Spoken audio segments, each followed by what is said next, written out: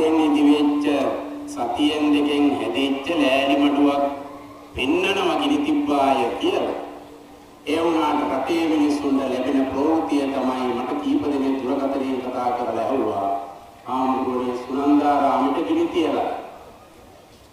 මේක දකින්න අය දැනුවේම ඒ ඇයට චිත්‍රය දුන්නේම සුනන්දාරාමයට තමයි මේ හානිය සිද්ධ වෙලා තියෙන්නේ. නෑ. ඒක කවුරුන් හරි විසින් මම දන්නේ කවුරු ගිනි තිබ්බද කියලා ඒක හොයාගැනීමේ ආරක්ෂකංශයේ නිලධාරීන්වත්. අද විවිධ ආකාරයේ පරිශ්‍රණ තුලින් ඕනම දෙයක් එලිදරව් කරගන්න බැරි කමක් නෑ අවශ්‍යතාවයේ තියෙනවා. මේ සිද්ධිය වුණත් මම හිතනවා CID එකේ මහතුරුන්ට අවශ්‍යතාවයේ තියනවා නම් හොයාගන්න පුළුවන්. සීලරතන හාමුදුරුවෝ කියලා කෙනෙක් කොහෙද පැවිදි වුණේ? මේ කියන හාමුදුරුවන්ගේ කවුද ගුරුවරු?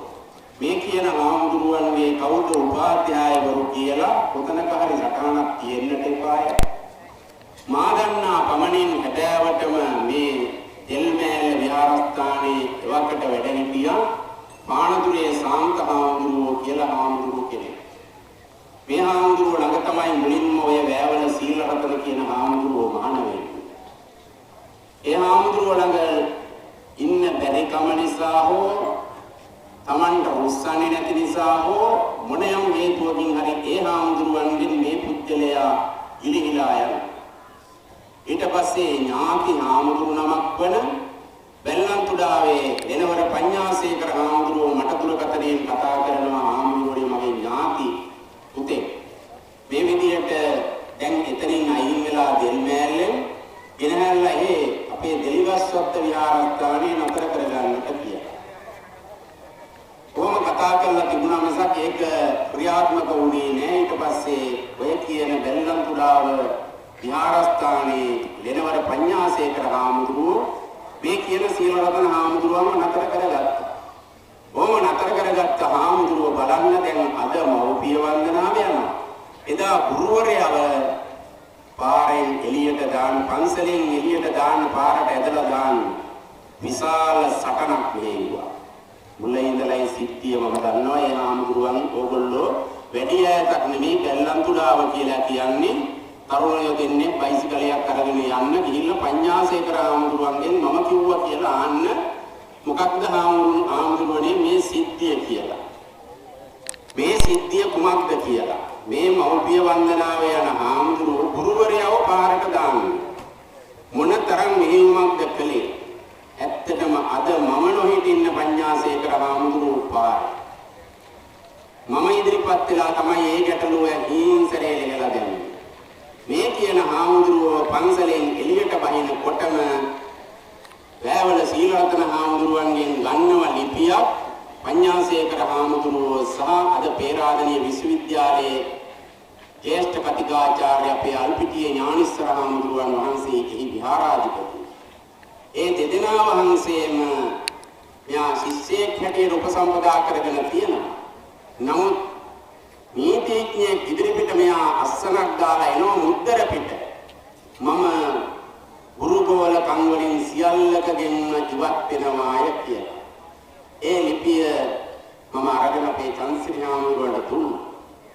මෙන්න හාමුදුරුවනේ ගුරුවරයෙක් එතකොට කොහොමද ගෝලියෝ මහාන කළේ?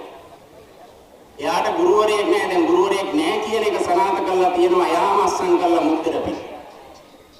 යාම අස්සන් කරපු මුද්දර පිට දීපු ලියමක් තියෙනවා ඒ හාමුදුරුවෝ.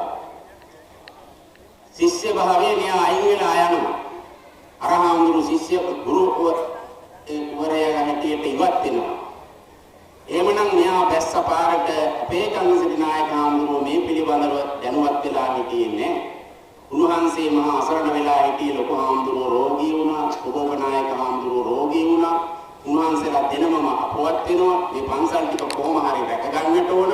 අපිත් එහෙමයි පිළිතුරුනි. කවුරු හරි නතර කරගෙන මේ පන්සල් අපිට පවත්වාගෙන යන්න. අපිට ඒ කියලා කෙනෙක් මහාන කරගත්තොත් එයා ඉන්නේ ටික දවසයි යනවා යන්න පැවිදිලා. ඕකයි ස්වභාවය. ඒ නිසා අපිට සිද්ධ වුණා කවුරු හරි නතර කරගන්නට. ඉතින් චන්සිරි අපිත් නිහඬව හිටියා. මොකද එක තැනකින් මට්ටු වුණායින් පස්සේ තව තැනක මෙයා හැදිලා පිළිවෙලකට හිටියේ කියලා. අපි සතුටු වුණා මේ මව්පිය වන්දනා කරගෙන මේ ලස්සනට ජීවිතය ගත කරගෙන යනවා නේද කියලා. එහෙම අපි සතුටු වුණාට මොකද අපට අද දුක් වෙන්න සිද්ධ වෙලා කියලා. මේ පෞරාණික විහාරස්ථානය.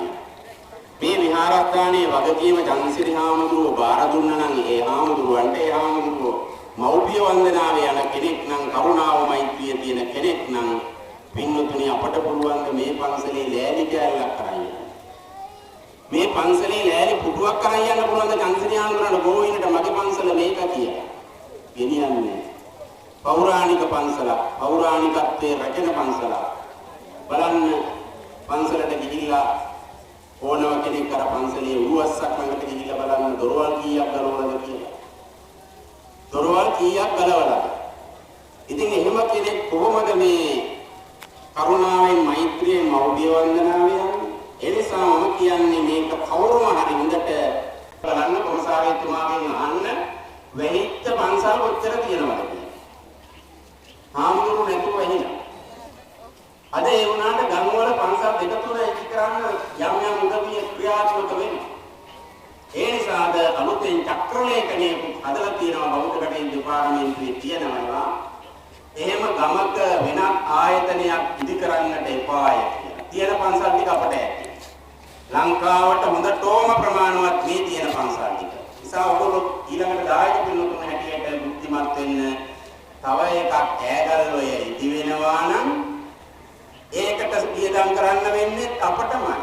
එදා ඉඳලා බලන්න මේකට මොනතරම් ධනස්කන්ධයක් පියදම් කළාද කියලා මම දන්නවා චන්දසිරි හාමුදුරුවෝ මේ තරම් වැන්දා ඊට පස්සේ මේ මහා ප්‍රාකාර ඉදි කළා අර මහා විශාල ධර්මශාලාවක් ඉදි කළා.